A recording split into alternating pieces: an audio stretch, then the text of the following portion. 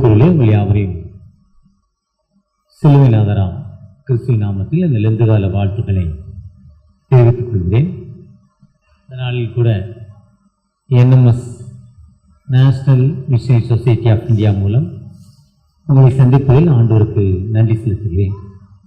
NMS மூலமாக உங்களை வாழ்த்துகிறேன். கிட்டத்தட்ட 350 மிஷனரிகள், 120 ஆண்டுகள், 1905ஆம் ஆண்டு கல்கட்டாவில் ஸ்ராம்பூர் யூனிவர்சிட்டியில் 17 பேராயர்களை கொண்டு அதில் விசேஷமாய் சாது சுந்தர் சிங் அவர்களும் இணைந்து ஆரம்பிக்கப்பட்ட பணிதான் NMSI. தூத்துக்குடி மாவட்டம் வெள்ளான்விளை வேதநாயகம் ஆசிரியா அவர்களால் இந்திய மக்களுக்கு இந்திய மக்களை கொண்டு இந்திய மக்களால் காஸ்பல் சொல்லணும். நாங்கள் தான் முதல்ல சுதந்திர தாகம் அவருக்கு வந்துச்சு. என்ன சுதந்திர தாகம் சொன்னார்னா, ஜான் டக்கர் வந்தாங்க. டக்கர்ஸ் பணி செய்கிறாங்க. பணி செய்கிறப்போ அந்த பணி இங்கே ஒர்க் பண்ணுறப்போ அவர் இங்கிலாந்து போகிறாங்க. இங்கிலாண்டில் போய் ப்ரொமோஷன் பண்ணுறாங்க. தமிழகத்து மக்களை பற்றி சொல்கிறாங்க. தமிழகத்தை மக்களை பற்றி சொல்லிட்டு இருக்கப்போ அவங்க டக்கர்ஸ் ஐயா அங்கே இங்கிலாண்டில் ஒரே மாதிரி ஒரு சர்ச்சில் இருந்து ஒரு புல்பீட்லேருந்து பேசுகிறப்போ, உலகத்தில் உள்ள 7 கண்டங்களில் ஆசியா கண்டம் பெருசு. ஆசியா கண்டத்தில் பெரிய நாடு இந்தியா. இந்தியாவுடைய தென்பகுதி தமிழகம். தமிழகத்தில் நிறைய மிஷனரிகள் வந்திருக்காங்க. ஆனால் தமிழகத்துடைய என்ன தன்மைன்னா, அந்த பெண்கள் படிக்கலை, பெண்கள் ஸ்கூலுக்கு போகல, அடிப்பு நடியில் கடந்தும் குழல் ஊதும் பெண்களாய் வீட்டுக்குள்ளே இருக்காங்க பெண்கள். அவங்களுக்கு ஸ்கூலுக்கு போகல, அவங்களுக்கு அந்த எஜுகேஷன் இல்லை. அந்த பெண்களுக்கு ஏதாவது ஒன்று உதவி செய்யணும்னா ஒரு இங்கிலாண்டில் போய் ஒரு ப்ரொமோஷனுக்கு ஜான் டக்கர், நம்மளோட டக்கர் சர்ச் பழமை வாய்ந்த பெருமை வாய்ந்த டக்கர் சர்ச் நம்ம மெம்பர்னா ஒரு பெருமையாக இருக்குல்ல. Saint Paul's member, Tucker church member, house of prayer, அப்படி காலில் தூக்கி விட்டு சொல்கிறப்போ அது ஒரு பெருமை. அப்படி ஒரு பெருமையாக அவர் அந்த பெருமைக்குரிய மனிதர் இங்கிலாண்டில் போய் சொன்னார். அவர் சொல்கிறப்போ அவருடைய கூட்டத்தில் இருந்த அவருடைய தங்கை சாரா டக்கர், அந்த அம்மா 2 கால்கள் முடமான ஒரு சகோதரி. அந்த முடமான ஒரு சகோதரி என்ன நினைக்கிறாங்க, ஐயா பெண்களுக்கு நான் ஏதாவது உதவி செய்யணும். அந்த அம்மா திருமணம் பண்ணிக்கல. உடனே அந்த அம்மா இந்தியாவுக்கு வரல. அங்கேருந்தே தன்னுடைய சொத்துக்கள் தனக்கு நண்பர்களுக்கெல்லாம் லெட்டர் எழுதுகிறார். இந்தியாவில் படிக்காத பெண்களுக்கு தென்னிந்தியாவில் ஒரு பகுதி தமிழகம், தமிழகத்துடைய தென்பகுதி திருநெல்வேலி, அங்கே ஒரு கல்லூரி ஒரு ஸ்கூல் ஆரம்பிக்கணும்னு அந்த அம்மா சொல்கிறாங்க. அதனால் நண்பர்கள்லாம் பணம் கொடுக்குறாங்க. அந்த பணத்தை வாங்கி அனுப்ப தான் சாரா டக்கர் ஸ்கூல், சாரா டக்கர் கல்லூரி, சாரா டக்கர் ட்ரைனிங் ஸ்கூல் ஆரம்பிக்கிறாங்க. கிட்டத்தட்ட ஆரம்பித்து 128 ஆண்டுகள் ஆகிருக்கு. அவருடைய பெரிய முயற்சி, டக்கர் சாரோட பெரிய முயற்சி. அவருடைய பெருமை என்னென்னா, இன்றைக்கி அந்த சாரா டக்கரில் நானும் 4 வருடங்களாக செக்ரட்டரி அண்ட் கரஸ்பாண்டாக இருந்துட்டேன். 4000 பிள்ளைகள் படிக்கிறாங்க, பெண் பிள்ளைகள். STC சாரா டக்கர் STCன்னு பேர். STCயில் படித்தோன்னா இப்படி டக்கர் சர்ச் மெம்பர்னால் ஒரு பெரிய பெருமை. அதே மாதிரி STCயில் படித்தோன்னா ஒரு பெரிய பெருமை. அதில் நம்ம செக்ரட்டரி ட்ரெஸராக இருக்கிறது பெருமை. அப்படி தன்னைக்கு ஃபாரின் பணத்தை வாங்கி தான் நம்ம சாப்பிட்டோம். இப்போ நாங்கள்லாம் சின்ன பிள்ளையில் எங்கள் மாமா ஒரு சர்ச்சில் கேட்டிகிஸ்டாக இருக்கிறாரு. கேட்டிகிஸ்டில் அவங்க பால் பவுடர் சீனிலாம் இருக்கும். நான் சொல்வது இப்போ எனக்கு 64 வயசு, ஒரு 60 வருஷத்துக்கு மேலே. அவர் என்ன பண்ணுவார், உணவு இல்லாத தன் தங்கைக்கு அல்லது பால் பவுடர் கொடுப்பாரு, கோதுமை கொடுப்பாரு, சீனி கொடுப்பாரு. உணவில்லாத தங்கைக்கு தான் கொடுத்தாரு. அதனால் தப்பு இல்லை, அவர் எடுத்து கொடுத்தாரு. அதே மாதிரி தான் ஃபாரின்லேருந்து வந்தது. இதை பார்த்தா வேதநாயகம் ஆசிரியை சொன்னாங்க, நீ கொடுக்காதரா, எங்கள் மக்கள் ஒன்று ஏழை இல்லை, எங்கள் மக்கள் ஒன்று பின்தங்கின மக்கள் இல்லை, எங்கள் மக்கள் எல்லா மக்களும் உயர்ந்த மக்கள். காஸ்பல் சொன்னியா, காஸ்பல் சொல்லிட்டு காஸ்பல் சொன்னது போதும், மூட்டை கட்டிட்டு போயிடு, நாங்கள் பார்த்துக்கிறோன்னு சொல்லி முதலாவது OMCடைய ஜெனரல் செக்ரட்டரியாக பதவி ஏற்கிறார். அதுவரை ஒரு ஆங்கிலேயர், ஒரு வெள்ளக்காரர் இந்த பதவியில் OMCடைய ஜெனரல் செக்ரட்டரியாக பதவி ஏற்கிறார். அதைத் தொடர்ந்து ஒரு கேட்டிகிஸ்ட், ஒரு சர்ச்சில் கேட்டிகிஸ்ட். ஏன்னா ஒரு ஐயருக்கு இன்னைக்கு சிங்கிள் சர்ச், ஒரு சர்ச் தான். அதே பாவம் நிறைய ஐயரால் முடியல, ரொம்ப டயர்டாக இருக்குது, 2 மணி நேரம் சர்வீஸ் நடத்திட்டு போகிறதுக்குள்ள ரொம்ப அசதியாகிடுறாங்க. ஆனால் அன்னைக்கு ஒரு ஐயருக்கு 30-40 சர்ச் இருந்துச்சு, 100 சர்ச்சு கூட இருந்தது. 6 மாதத்துக்கு தான் கம்ப்ளைண்ட் சர்வீஸ் வருவாங்க. அப்போ அந்த கேட்டிகிஸ்ட் தான் எல்லாம், திருமணம் நடத்துறது, கடைசி காரியங்கள் எல்லாமே இந்த கேட்டிகிஸ்ட் தான். அந்த கேட்டிகிஸ்ட் பணியை செய்தார். கேட்டிகிஸ்ட் பணியை செய்கிறப்ப தான் அவர் என்ன பண்ணுறாரு, ஸ்ரீலங்கா ஒய்னு சொல்லி ஜெனரல் செக்ரட்டரியாக ஸ்ரீலங்கா போயிருக்காரு. ஸ்ரீலங்காவில் ஒரு வாலிபன் கடற்கரையில் இந்தியாவுடைய மேப் வரைஞ்சி அந்த மேப்புக்கு உள்ள வாலிபன் இந்தியாவுக்காக ஜெபித்து கொண்டிருக்கான் ஸ்ரீலங்காவுடைய டவுனில். அதை பார்க்கிறார். இது என்ன ஒரு மகன் கடற்கரையில் முழங்கால நிற்கிறான், தூரமாக பார்த்துட்டு பக்கத்தில் போகிறாரு. இந்தியா மேப் வரைஞ்சிருக்கான். இந்தியா மேப் வரைஞ்சி இந்தியாவுக்காக ஜெபிக்கிறான். ஏதோ வெளிநாட்டுக்காரன் இந்தியாவுக்காக ஜெபிக்கிறான், நான் ஏன் இந்தியாவுக்காக ஜெயிக்க கூடாது என்பதற்காக அவர் இந்தியா மேப் வரைஞ்சி அதுக்கப்புறம் ஜெபிக்க ஆரம்பித்தார். அப்போ தான் அவர் ஒரு மிஷன் தொடங்க வேண்டும்னு நினைச்சார். அப்போ 1903 செப்டம்பர் 12 நினைக்கிறேன் ஐஎம்எஸ் ஆரம்பிக்கிறார். 5 பேர் பேசுகிறாங்க. 28 லே பீப்புள், 8 ஆயர்கள் சேர்ந்து அதில் கடந்த நாட்களில் நான் ஏதோ சர்ச்சுக்கு போயிருந்தேன். அந்த சர்ச்சில் ஆண்டர்சன் சர்ச்சுக்கு போயிருந்தேன். அதில் அந்த 5 பேரில் ஒருத்தர் அப்படியே பேத்தி ஆண்டர்சன் சர்ச் வேலையில் மெம்பராக இருக்காங்க. முடிஞ்ச பிறகு அந்த அம்மாவுக்கு வயது கிட்டத்தட்ட ஒரு 65-70 வயது இருக்கும். அந்த அம்மாவுக்கு அந்த அம்மா வந்து என்ன பேசினாங்க, நான் வேணாங்க மசரையாவுடைய பேத்தி, கொள்ளு பேத்திக்கு கொள்ளு பேத்தி 4 தலைமுறை. அவங்க சொன்னாங்க 1903 ஆரம்பித்தார். அதுக்கப்புறம் பார்த்தாரு அந்த ஐஎம்எஸ் தூக்கி திருநெல்வேலி தூத்துக்குடி மக்களுக்கு கொடுத்துட்டார். நீங்கள் இதை பார்த்துக்கோங்கன்ட்டார். பார்த்துக்கிட்டு இது ஒரு இந்தியா லெவலில் ஒரு மிஷன் ஆர்கனைசேஷன் வேணும்னு அவர் சிராம்பூர் யூனிவர்சிட்டி சிராம்பூரில் போய் கல்கட்டாவில் உள்ள சிராம்பூரில் வில்லியம் பேரி அமைக்கப்பட்ட சிராம்பூர் யூனிவர்சிட்டியில் 1905 ஒரு 17 பேர் கொண்ட குழுவை கொண்டு என்எம்எஸ்ஐ அதுவும் டிசம்பர் மாதம் ஆரம்பிக்கிறார். டிசம்பர் 25 சொல்கிறாங்க. பொதுவாக ஆரம்பித்து இந்த என்எம்எஸ்சியில் 17 பேராயர்கள். இன்னைக்கு சிஎஸ்ஐ, சிஎன்எஸ்ஐ, சிஎன்ஐ, யூத்தன், நிறைய சர்ச்சஸில் மெம்பர்ஸாக இருக்காங்க. இன்னைக்கு இந்தியாவில் 400 மிஷினரிகளை கொண்டு பணி செய்து கொண்டிருக்காங்க. பொதுவாக இன்னைக்கு வேலூர்லேருந்து அருமையான அன்பு சகோதரி வந்தாங்க. அவங்க சிப்சி இனத்து மக்கள் நரிக்குறவர்கள் மத்தியில் பணி செய்கிறாங்க. ஒரு சின்ன சாப்பல், அது வேலூர் பேராயருடைய கண்ணூரில் இருக்க சர்ச்சில் இருந்து அவங்க ஒரு 35-40 பிள்ளைகளுக்கு மதிய உணவு கொடுக்குறாங்க. தினமும் மதிய உணவு கொடுக்குறாங்க.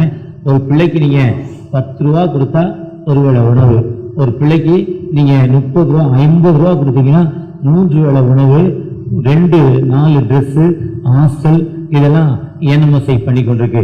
ஐஎம்எஸ் என்ன பண்ணுதோ அதே வேலையை என்எம்எஸ்ஸையும் செய்து கொண்டிருக்கு. இவங்க சிப்சி வேலூரில் அந்த நரிக்குறவர்கள் மத்தியில் நான் கடந்த 6 மாதங்களுக்கு முன்னால் போயிருந்தேன்னு நினைக்கிறேன். அன்னைக்கு தான் மதிய உணவு திட்டம் ஆரம்பித்தாங்க. அதுவரை மதிய உணவு திட்டம் இல்லை. நாங்கள் போய் நானும் general secretary reverend Henry Jabbar Richard அவர்களும் இணைந்து மதிய உணவு திட்டம் உடனே ஆரம்பித்தோம். போகிற வழியிலே வேலூரில் பாத்திரம்லாம் வாங்கி கொண்டு அம்மாட்ட கொடுத்தோம். ஒரு சிறப்பான அம்மையார், ஆக்டிவாக ரொம்ப ஆக்டிவாக ரொம்ப சுறுசுறுப்பாக வேலை செய்வாங்க. அவர்கள் வேலூர்னு வந்திருக்காங்க.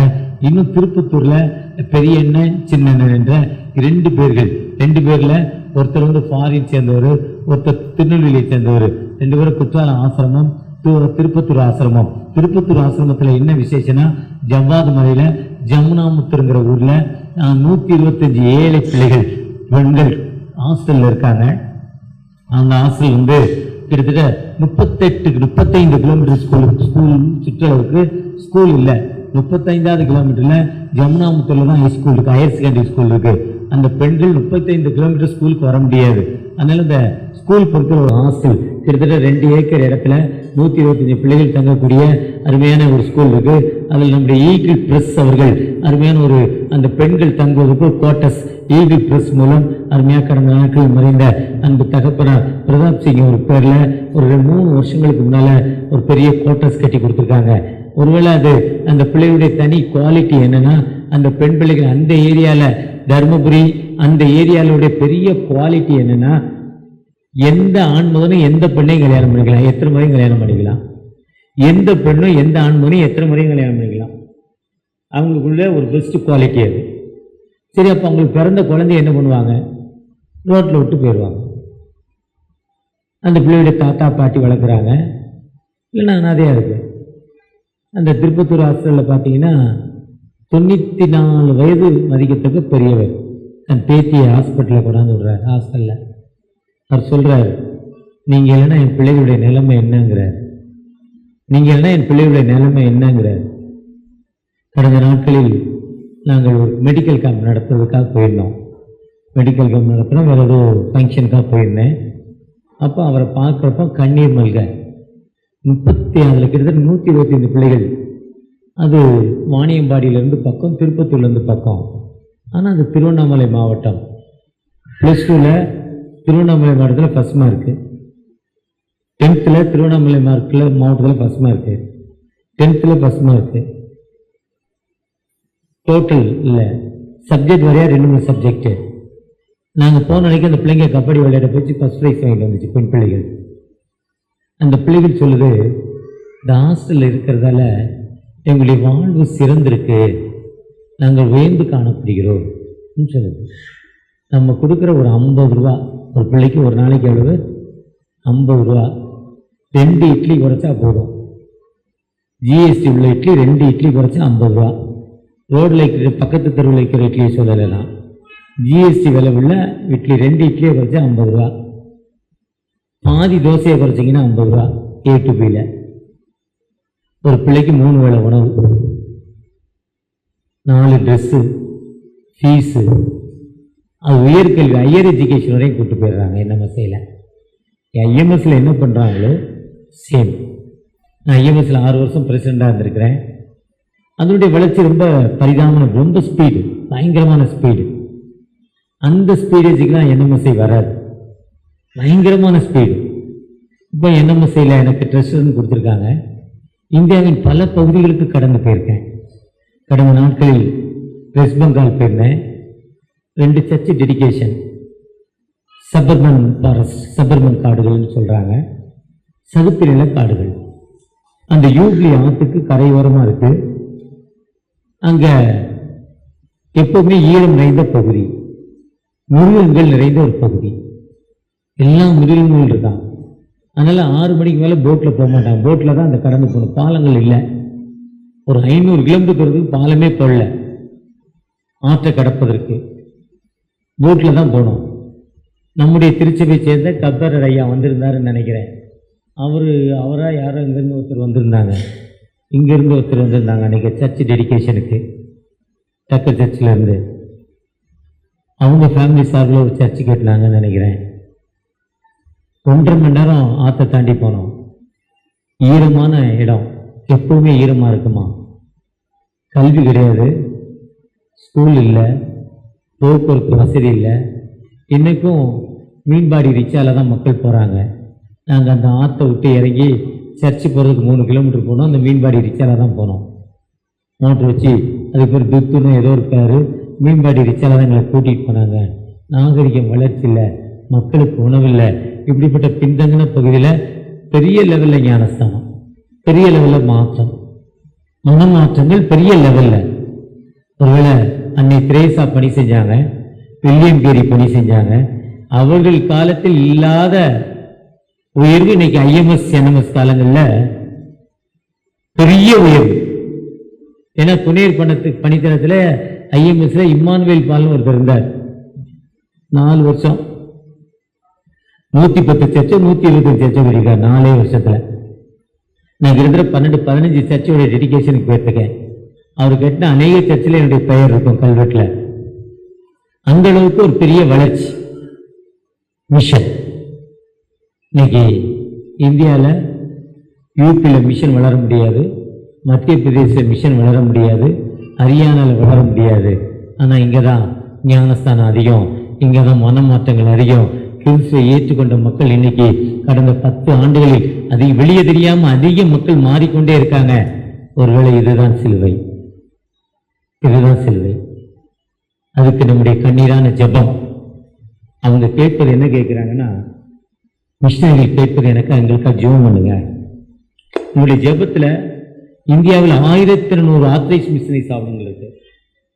NMSI, IMS, Viswani, FMBB, Shalom ministry, James ministry, youth blessing, IMM, Gideon International, Scripture Union, door by door, கிராமங்கள் தோறும் நர்சரி என்று 1200 ஆத்தரைஸ் மிஷனரி ஸ்தாபனங்கள், ரிஜிஸ்டர் பண்ண மிஷனரி ஸ்தாபனங்கள் 1200 இருக்கு. இதில் மிகவும் அதிகமாக வேகமாக இருப்பது IMS, NMSI, விஸ்வவாணி, FMBB, மற்றும் Shalom ministry, James ministry, Augustine Jebakumar, youth blessing, Gideon International, எஸ்விவி, இவங்களாம் ரொம்ப ஸ்பீடாக இருக்காங்க.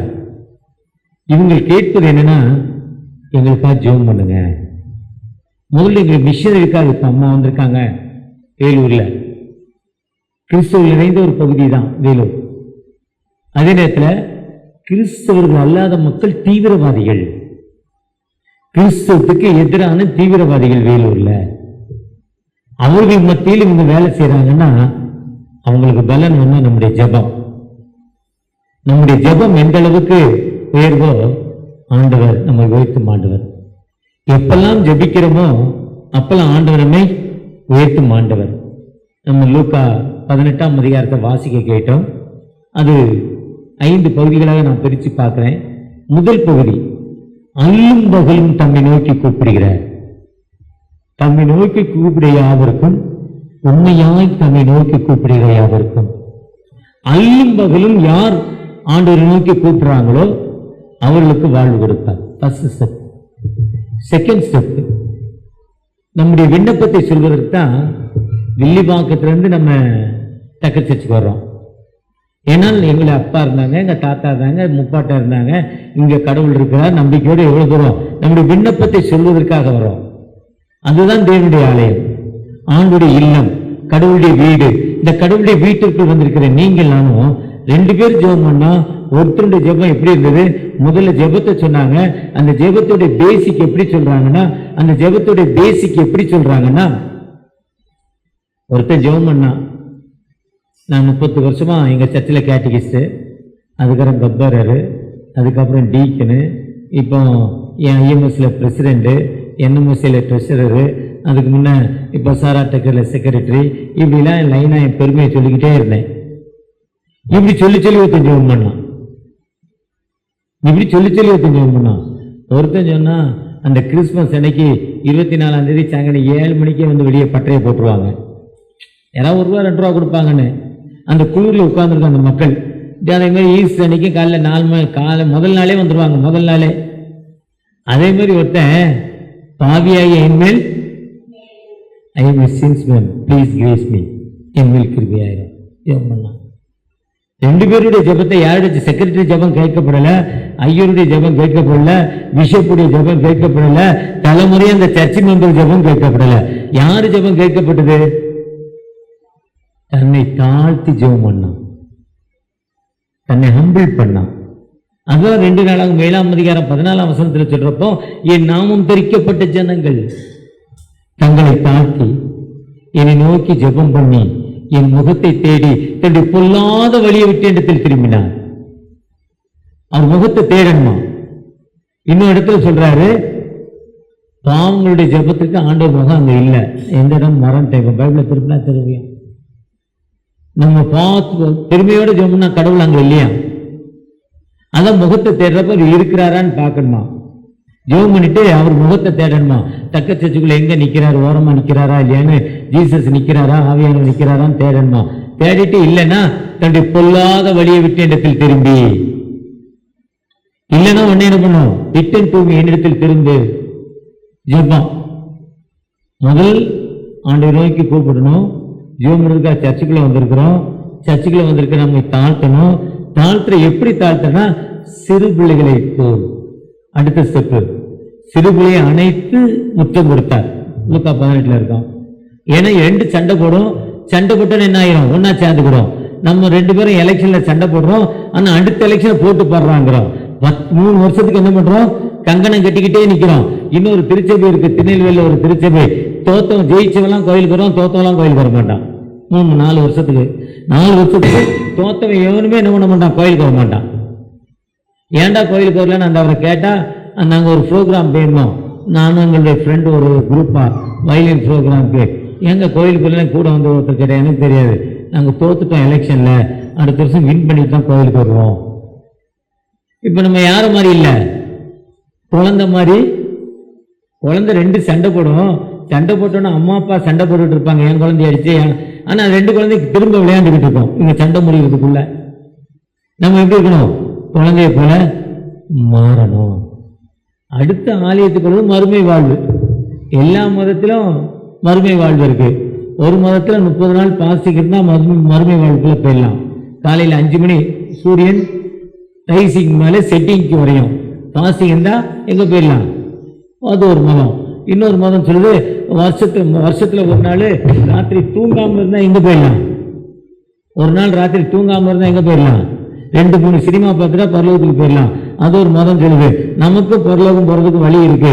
என்ன வழினா நிறைய வழி. நீ தேவனுடைய ராஜ்யத்துக்குள் பிரவேசிக்க முடியாது. கலாய்த்தர் 5:19 do not enter the kingdom of God. நீ தேவனுடைய ராஜ்யத்துக்குள் பிரவேசிக்க முடியாது. கலாத்தியர் 5:19, பிலிப்பியர் 3:5 தேவ கோபம் மேல வந்துரும். மத்தேயு 15:18 தீட்டு என்று சொல்லுகிறார். இதுதான் நம்முடைய கான்செப்ட். நம் பரலோகத்துக்கு போகணும். அதைத்தான் ஒரு பெரிய பணக்காரன் வந்து நான் தேவனுடைய ராஜ்யத்துக்குள்ள போகணும், நித்திய ஜீவனை பெற்றுக்கொள்ள வேண்டும். என்ன செய்யணும்? இந்த 3 செட்டிங்கை சேர்த்து மொத்தமா அடிக்கிறாங்க. உனக்கு உண்டானே விட்டு தரித்திர கொடுத்துட்டு போறாங்க. உனக்கு என்னென்ன இருக்க, நான் ஐயர்னு சொல்றேன்ல, இப்ப நான் ஐயரியா, நான் சொன்னா கேளியாங்கிறல்ல, அது இல்லை. பெருமையை தூக்கி வச்சு போய்கிட்டே இருக்காங்க. 4வது கான்செப்ட் நெத்தி எடி. அது எல்லாத்தையும் சேர்த்து சிம்பிளா சொன்னார். உனக்கு உண்டானங்களை விட்டு தரித்திர கொடு. ஒட்டகமானது ஊசியின் காதுல போக முடியாது. லூக்கா 18 எனக்கு ரொம்ப ஒரு பிடிச்ச ஒரு அதிகாரம்.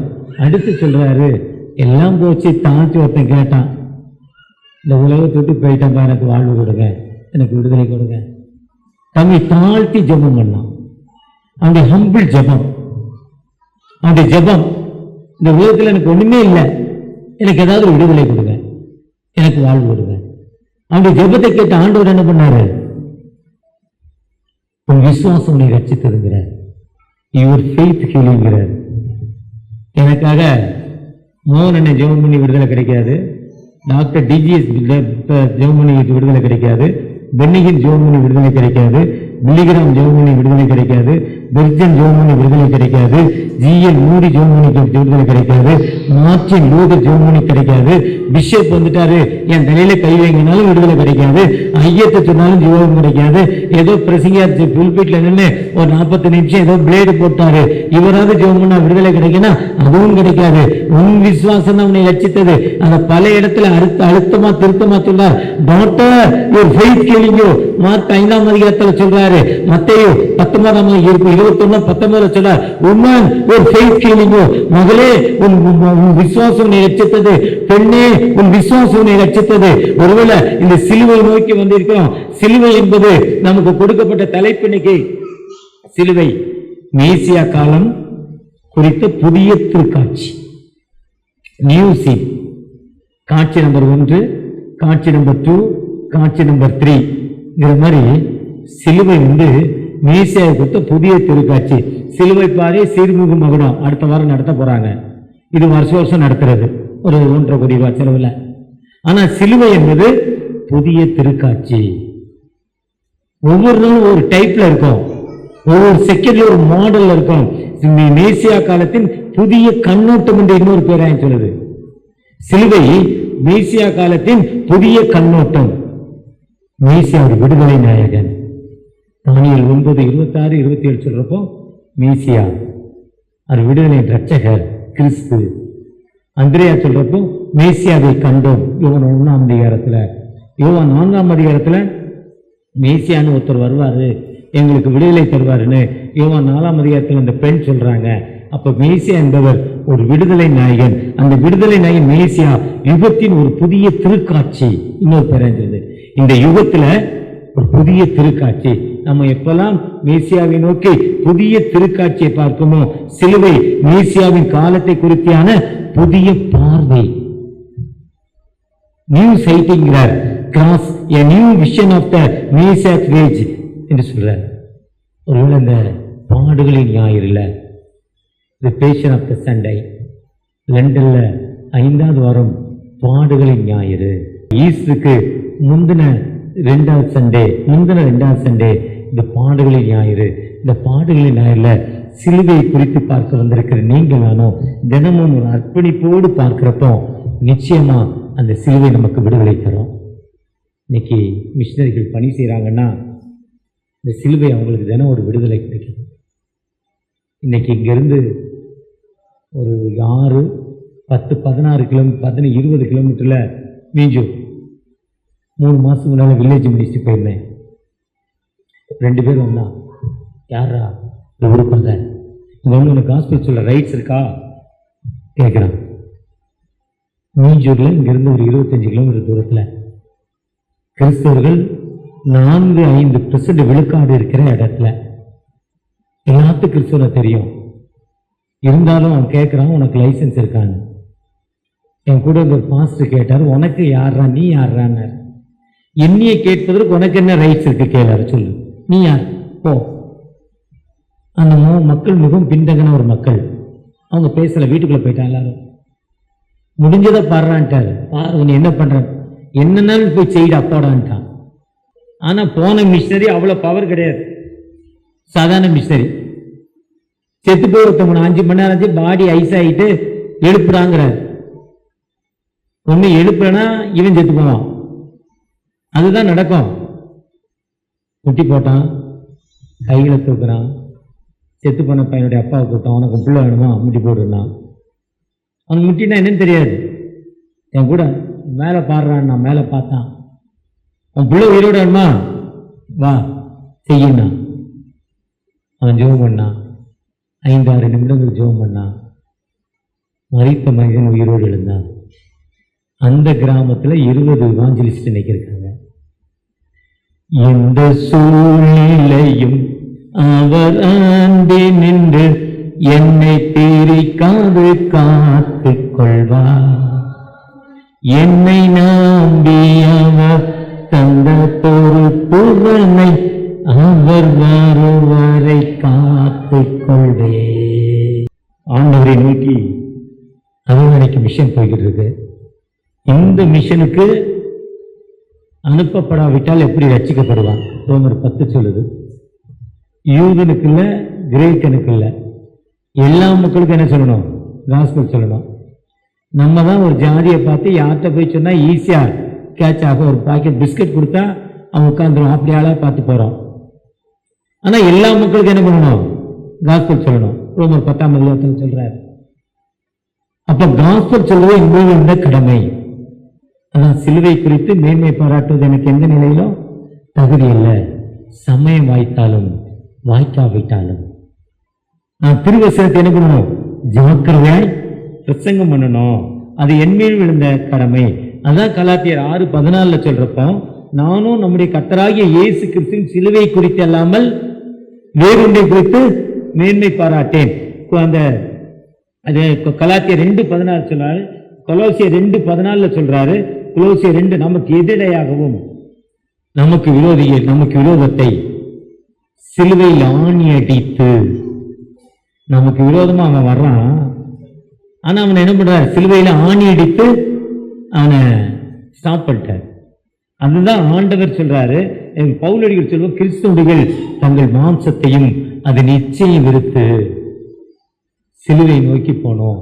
ஒருவேளை இன்னைக்கு இந்த லெந்து நாட்களுக்குள் ஒரு மனமாற்றத்தின் காலத்துல ரேணி சேர்வாள் அழகா சொன்னாங்க, பிடியரிசி காணிக்கை, உண்டியல் காணிக்கை, பூ வைக்காத, பூ வைக்கிற காசு இன்னும் 10 ரூபாய், இப்போ 50 ரூபா கொடுத்தாதான் ஒரு முழம் பூ. 50 ரூபாய்க்கு கம்மி இல்லை பூன்னு நினைக்கிறேன்.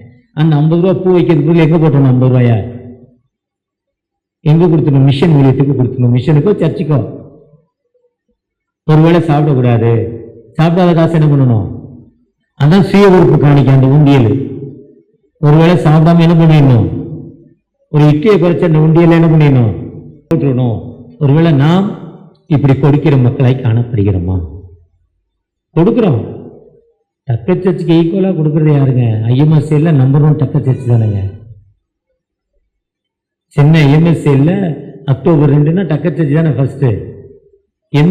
நாங்களே டக்க சர்ச்சை பார்த்து கொடுக்க ஆரம்பித்தோம். எதுக்குனாலும் பிரியாணி வாசியில் கொடுக்குறாங்க. நம்ம ஏன் கொடுக்குறோம்? நாங்கள் எங்கள் சர்ச்சில் பிரியாணி கொடுக்க ஆரம்பிச்சிட்டோமே. டக்க சர்ச்சுக்கு ஈக்குவலாக கொடுக்குற மக்கள் யாரும் இல்லை. உண்மையிலே விளையாட்டு நம்ம பெருமைக்கு சொல்லலை. ஏன்னா நாங்கள் சிஎஸ்ஐ கிறிஸ்துநாதராலே மேதாஜ் நகர், எங்களுக்கு ஆரம்பத்தில் இங்கிருந்தானே ஐயர் வந்தார், டி ராமசையா. இங்கிருந்தானே வந்தாங்க, லே பிரிச்சா பிரசங்கம் பண்ண. 3-4 பேர். அதில் ஐயர் அம்மாவுடைய அப்பா கூட வந்திருக்கிறார், சித்தப்பா வருவார் அடிக்கடி. நிறைய பேர் வந்திருக்காங்க. நாங்கள் அந்த எல்லா நிகழ்வுலையும் தாமஸ் ஐயாவும் சைலஸையாக இருக்கிறவங்க எங்களை கூப்பிட்டுருக்காரு. டக்கர் சர்ச் எல்லா நிகழ்வுக்கும் எதுக்கு வந்தாலும் பிரியாணி ஃப்ரீயாக கொடுக்குறாங்க, நம்ம ஏன் கொடுக்கக்கூடாது? அதில் தான் இப்போ நாங்கள் இந்த லெந்து நாட்களில் 6-7 வாரமும் சண்டே உணவு கொடுக்குறோம். இதை பார்த்து எங்கள் ஐயர் அவர் கொடுக்க ஆரம்பிச்சிட்டார், பிடி பாஸ்கரன். ஏன்னா ஒரு சின்ன சர்ச்சில் 6-7 வாரம் சாப்பாடு கொடுக்குறான். ஒயிட் ரைஸு, சாம்பார், வத்த குழம்பு, மோர் குழம்பு, ரசம், மோர், 2 விதமான பாயாசம், ஐஸ்கிரீம், வாழைப்பழம் இதெல்லாம் கொடுக்குறான். நம்ம ஏன் கொடுக்கக்கூடாதுன்னு அவருக்கும் ஆசை. கொடுக்குறாரு, கொடுப்பாரு. கொடுக்கறதுக்கு கூட நம்ம கிறிஸ்தவ மக்களுக்கு யாருமே இல்லை. ஏன்னா காணிக்கையை பற்றி சொல்றது கிறிஸ்து தான், நம்ம தான். இப்போ இந்த சிலுவையை நம்ம எப்படி பார்க்குறோம்? ஒரு பையன் ஒரு வாத்தியார்ட்ட போனான். இப்போ எனக்கு குரு யாருன்னா பிடி பாஸ்கரனும் பாஸ்டர் தாமஸ் மத்தியாசம் 2 பேரும் தான். பைபிள் டிக்ஷனரி எனக்கு குரு, இந்த பிரசங்கத்துக்கு எல்லாத்துக்கும். இதே மாதிரி சிஷியன், நான் அவருக்கு சிஷியன் தான். நான் அவருக்கு உண்மையிலே சிஷியன் தான், விளையாட்டு காரியம் இல்லை. நிறைய எல்லா இடத்துலையும் சொல்லுவேன். நேற்று கூட ஒரு ஆண்டு விழாவில் ஒரு மெசேஜ் இருப்பேன். இன்னும் யூடியூப்பில் டி சவுந்தரன் நேம் போட்டிங்கன்னா யூடியூப் வரும். நேற்று மெசேஜ் பார்த்தீங்கன்னா ஒரு பேர் இருக்கும். அதில் இருக்கோ சொன்னேன். அதை அப்படி ஒரு வாத்தியார்ட்ட போய், ஐயா ஒரு சந்தேகம், ஏங்க தலைவர்கள் எல்லாம் சுட்டுக் கொள்றாங்கன்னு கேட்டான். ஆபிரகாம் லிங்கன் கொலை 4வது வருஷத்தில் சுட்டு கொலை செய்யப்பட்டார். நம்முடைய துடிதுடிப்பான தலைவர் அன்னை இந்திரா காந்தி அம்மா ஷூட் பண்ணப்பட்டாங்க. இந்தியாவுடைய தலையெழுத்தை அகிம்சை முறையில் மாத்திரவர் காந்தி அவங்க சுத்தி பண்ணாங்க. 3 குண்டுகளால் சுடப்பட்டாங்க. 3 குண்டு சுட்டாங்களாம். 2 குண்டு அவர் உடம்புல போட்டு வெளியே போயிடுச்சான், ஓட்டப்பட்டு வெளியே போயிடுச்சான். 1 குண்டு மட்டும் வெளியே இருந்துச்சான். அதே மாதிரி ஏசு கிறிஸ்தை எங்க கொலை பண்ணாங்கன்னு கேட்டான். அவரு என்ன சொல்லணும்னு தெரியல. நீ ஏசு கிறிஸ்து வந்த நோக்கமே பல முறை ஜீசஸ் சொல்றாங்க, என்னை கொலை செய்வாங்க, சிலுவையில் அறைவாங்க, 3 நாள் உயிரோடு இருந்திருக்குன்னு சொல்றாரு. அப்புறம் அடுத்து ஒரு பெரிய சந்தேகம்னு கேட்டான். என்ன சந்தேகம்னா, இயேசு கிறிஸ்து சிலுவையில் அறைகிறப்போ தலையில முட்கிடம் வச்சாங்க. வச்சாங்களா இல்லையா? வச்சாங்களா இல்லையா? அடக்கம் பண்றப்போ முக்கிய இடத்தோட அடக்கம் பண்ணாங்களா, எடுக்காங்களா? அவனுக்கு ஒரு பெருத்த சந்தேகம். சொல்லுங்கன்னா எங்க வாத்தியாருக்கு கொஞ்சம் தகராறு இருந்துச்சு. கொஞ்சம் சமாளிப்பாரு சில நேரங்களில். அதே மாதிரி அவர் சமாளிக்கிறார். இயேசு கிறிஸ்து சிலுவையில முக்கிடம் வச்சாங்கய்யா, அடக்கம் பண்றப்போ வச்சாங்களா இல்லையா? அவருக்கு கொஞ்சம் சந்தேகம் வந்துச்சு. சந்தேகம் என்ன சொல்றது, எனக்கு முடக்கா கேள்வி கேட்கிறான். அதாவது ஒரு வாத்தியார்ட்ட ஒரு பையன் கையில குருவி வச்சிருந்தான். வாத்தியாரை கிண்டல் பண்றான்.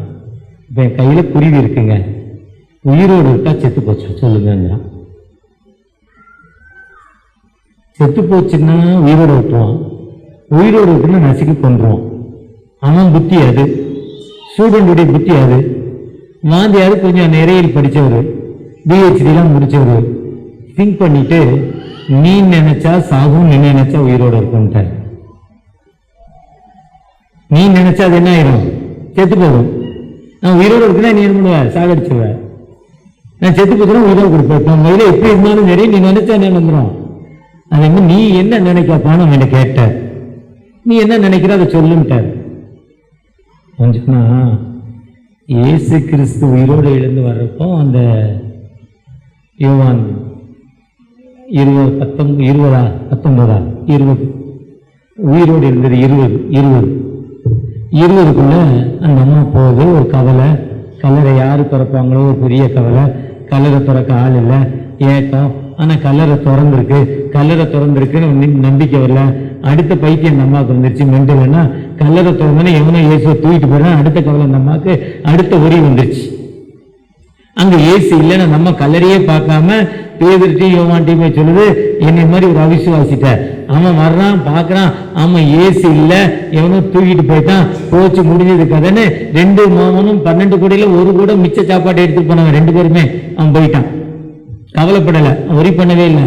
ஆனா இந்த அம்மா அங்கே நின்னுச்சு. அங்கே நின்று ரொம்ப திங்க் பண்ணி பார்த்து, ஐயா ஏசு என்ன ஆச்சரியம் தெரியல, அந்த அம்மா நின்று அழுது வெயிட் பண்ணுது. அதுதான் ஏசாயா 40:31, கர்த்தருக்கு காத்திருப்புகள் புது போல நடைந்து கழுவை போல செவிலிருந்து பரப்பாங்கிற மாதிரி அந்த அம்மா அங்க வெயிட் பண்ணி அழுறப்போ அங்க தேவதூதன் வந்து அந்த அம்மா பேசுறாங்க. அப்ப சொல்றான், ஐயா நீங்க எடுத்தது போ, நீ எங்கேயாவது எடுத்து போடுங்கன்னா போய் சொல்லு, நான் தூக்கிட்டு வந்துடுறேன் கேட்குது. ஆனா மரித்த இயேசு இப்ப அந்த அம்மாவுக்கு உயிருள்ள சாட்சி கிடைக்கு. அப்ப பாக்குறப்போ உள்ள சேலை உள்ள சுருட்டி இருக்கு. வேதம் சொல்லுது சேலை தான் என்ன பண்றாங்க, சுருட்டி இருக்கு. 5 வருஷத்துக்கு முன்னால சொன்னாங்க அந்த சேலை இன்னும் மியூசியத்துல வச்சிருக்கதா சொல்றாங்க. ஆனா நான் எருசலேம் போறப்போ அந்த சேலைய மியூசியத்துல பார்க்கல, சொல்றாங்க அந்த சேலையை வச்சிருந்தாங்கன்னு. அப்ப அங்க என்ன இல்ல, முக்கிடம் இல்ல. அப்போ இன்னைக்கு இயேசுக்கு முக்கிடம் வைக்கிறாங்களா? இன்னைக்கு இயேசுக்கு முக்கிடம் தானே வச்சுக்கிட்டு இருக்கோம். நீ கிறிஸ்துவ மக்களாகிய நீங்கள் நானும் ஜீசஸ்க்கு முக்கிடம் வைத்துக் கொண்டிருக்கிறோம். அவருடைய கட்டளை, நீங்கள் புறப்பட்டு போய் சகல ஜாதியும் சீஷராக்கி பிதா குமாரன் பரிசுத்தாவினால் ஞானஸ்தானம் கொடுங்கள். நீங்கள் உலகெங்கும் போய் சர்வ சிருஷ்டிக்கும் சுவிசேஷத்தை அறிவிங்கள். பிதா என்னை அனுப்பினது போல நான் உங்களை அனுப்புகிறேன். அந்தியும் மனம் திரும்புதலும் பாவ மன்னிப்பும் எரிச்சலும் தொடங்கி சகல தேசத்தாருக்கும் அறிவிக்கப்பட வேண்டும். நாம் சுவிசேஷத்தை சொல்லுகிற மக்களை காணப்படுகிறோமா? சுவிசேஷ வாஞ்சை நம்மகிட்ட இருக்கா? ஆண்டவர் தலையில் நம்ம சுவிசேஷம் கொடுக்கலன்னா அவர் தலையில் என்ன பண்றாரு? ஏன்னா அவரு சிலுவையில ஒப்பு கொடுத்து சொல்றப்போ தாகமா இருக்கிறேன் என்று சொல்லி முடிந்தது என்று அறிந்து இந்த கைகளில் ஆவி ஒப்பு கொடுக்கிறார். அவருடைய தாகம் சுவிசேஷம். ஆனா என்னுடைய தாகம் இந்த உலகத்துல வந்ததின் தாக்கம் நிறைவேறிட்டு தாகமாய் இருக்கிறேன் இடத்தில் வாருங்கள் சொன்ன பிரகாரமாய் வாசிக்க கேட்ட லூக்கா 18 தாகமாய் இந்த ஒரு மனிதனுக்கு ஒளியை கொடுத்துட்டாரு. அது என்னுடைய தாகம். ஆனா நீங்களும் போய் சுவிசேஷத்தை தருவீர்கள். அவருக்கு என்ன பவர் இருந்ததோ அதே பவரை நமக்கு தந்திருக்கிறார். இதில் இருக்க ஒவ்வொருத்தருக்கும் அதே பவரை கொடுத்திருக்கிறார். பேர்களுக்கு மட்டுமல்ல, யோவானுக்கு மட்டுமல்ல, பெரிய சீஷர்களுக்கு மட்டுமல்ல, எனக்கும் உங்களுக்கு அதே ஹீலிங் பவரை கொடுத்திருக்கிறார். அதே பவர் என்ன பவர்னா அதே ஹீலிங் உன்னால முடியும். அதுதான் பேதுருவும் 40 வயது உள்ள ஒரு மனிதனை எழுப்பினாங்க உயிரோட. கிட்டத்தட்ட 40 வயது அந்த மனிதனுக்கு. பிறந்ததிலிருந்தே நடக்கிற அப்போஸ்தலர் 4:22 கிட்டத்தட்ட 40 வயதுன்னு சொல்லப்பட்டிருக்கோம். அதே பவர் தான் இன்னைக்கு ஒவ்வொரு மேடையிலும், மோகன் அண்ணன் மேடையிலும் சரி, இல்லை இன்னைக்கு இருக்கிற டாக்டர் டி மோகன் ஐயா மேடையிலும் சரி, ஒவ்வொருத்தர் பிரசங்கியார் மேடையிலையும் ஐயா ஆண்டு உன்னைக்கு தொடுகிறார், உன்னை அர்ப்பணம் செய்கிறான்னு சொல்றப்போ விசுவாசத்தோடு யார் ஏற்றுக்கொள்கிறானோ அந்த மனிதனுக்கு விடுதலை கொடுக்கும் ஒரு ஜீவுள்ள ஆண்டவர். ஒருவேளை நம்ம அப்படிப்பட்ட பார்வை இல்லாம ஆண்டவர் எனக்கு விடுதலை தருகிறேன்னு நம்ம எங்கேயோ கடந்து போக வேண்டாங்க. நீங்க இருக்கிற இடத்துல உங்களுக்கு விடுதலை தரும் ஒரு உயிருள்ள ஆண்டவர் நம்மோடு கடந்து வந்திருக்கிறார். எனக்கு விடுதலை தரும் ஆண்டவர், எல்லா நிலையிலும் எனக்கு விடுதலை தரும் ஒரு ஜீவுள்ள ஆண்டவர் என்னோடு கடந்து வந்திருக்கிறார். கடந்த நாட்கள்ல எனக்கு சளி பிரச்சனை வருஷத்துல 2 தடவை வரும். சம்மர் இந்த டைம்ல மாறுறப்போ எப்பவுமே த்ரோட் எஃபெக்ட் ஆகும். இந்த தடவை ரொம்ப அதிகமாக எஃபெக்ட் ஆச்சு. காரணம் அவங்களுக்கு கீழ்படியில.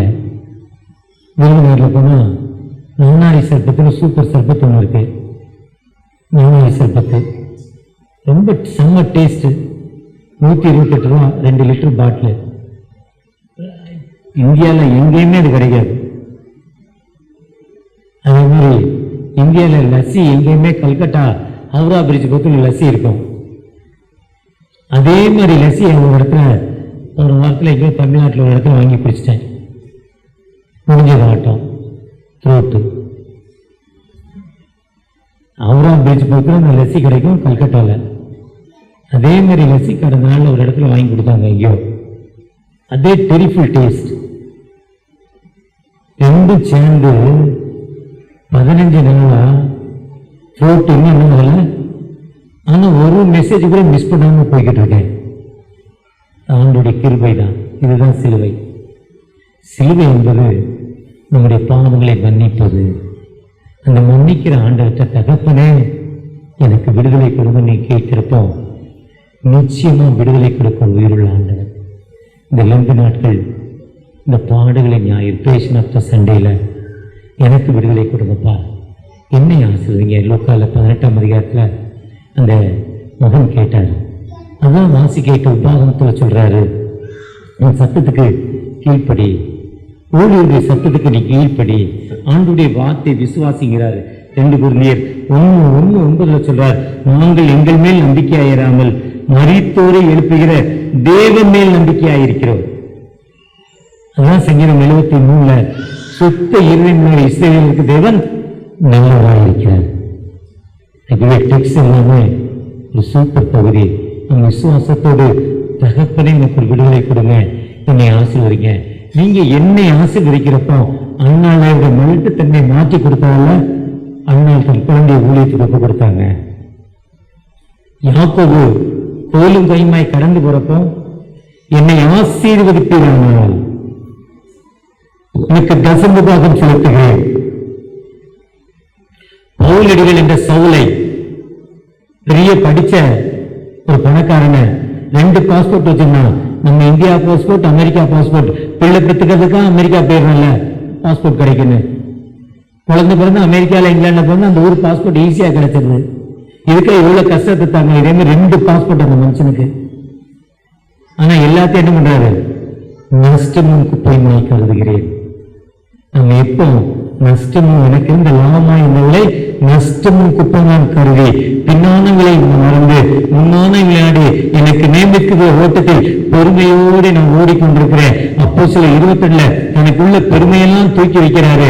அதே மாதிரி நீங்கள் நானும் ஆண்டவருடைய பெருமையெல்லாம் தூக்கி வச்சுட்டு இந்த பாடுகளை ஞாயிறுல சிலுவையில 2வது கல்வனை போல நம்மை தாழ்த்தி ஒப்புக் கொடுக்கிறப்போ நம்முடைய வேதனையை மாற்றப்படும், நம்முடைய கடன் பிரச்சனை மாற்றப்படும், நம்முடைய முதுமையில் இருக்கும் பிரச்சனைகள் எல்லாம் மாற்றப்பட்டு அந்த மோசைக்கு கொடுத்த இளமையின் வலுவை நமக்கு தரும் ஆண்டவர், இளமையில் ஒரு உயிர் துடிப்பை தரும் ஜீவன ஆண்டவர் நம்மோடு கடந்து வந்திருக்கிறார். அவரை நோக்கி பார்த்த முகங்கள் ஒரு காலம் வைக்கப்பட்டு போவதில்லை. ஆண்டவரை நோக்கி பார்க்கமா, தகப்பனே உன்னை நோக்கி பார்க்க வந்திருக்கான்ப்பா, உன்னுடைய கிருபை தேடி வந்திருக்கிறேன். தகப்பனே உன்னுடைய இறக்கத்தை தேடி வந்திருக்கிறேன். என்னை ஆசீர்வதிங்க, என்னை ஆசீர்வதிங்கப்பா, என்னை ஆசீர்வதிங்க, என்னை ஆசீர்வதிங்க. நான் நோக்கி பார்க்கமா. பூவையா பூவு பலத்தான் பொருளிய தீருவை பூவு கவியா நீரப்பை மீதம் நான் தூகின்றேன்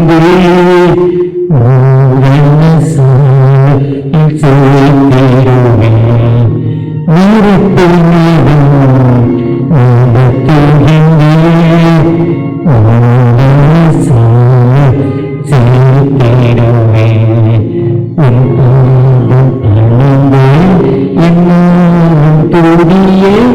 உண்மை என்று யாரை பாடுவேன் இசையா இசையா